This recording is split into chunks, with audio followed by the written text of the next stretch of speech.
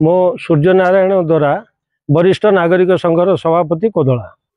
इटा आम से चेष्टा करुचु ये कोदलारे आम जिते सब बुद्धिजीवी अच्छु समस्ते एकत्रित हो कोदला 1926 मसीह कोदलारे तहसिल होता सब माने बहुत तहसिल यहाँ कोदला अंचल यही कोदला अंचल तहसिल को विभाजन करी 6टी तहसिल हो गला किंतु सेबे ठारू एठी किछि हेले तापई कौनसी महल रे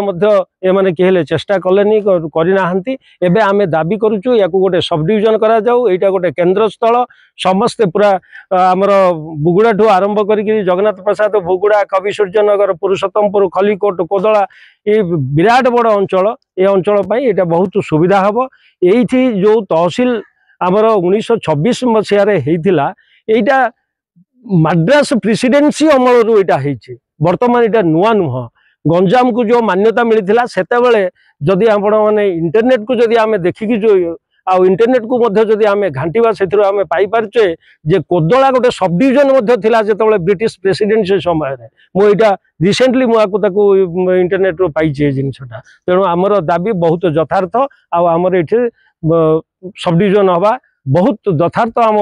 आम निश्चय यहाँ आगामी दिन में बहुत तीव्रतर भाव में चेष्टा करूँ कि सब डिविजन हम बोली।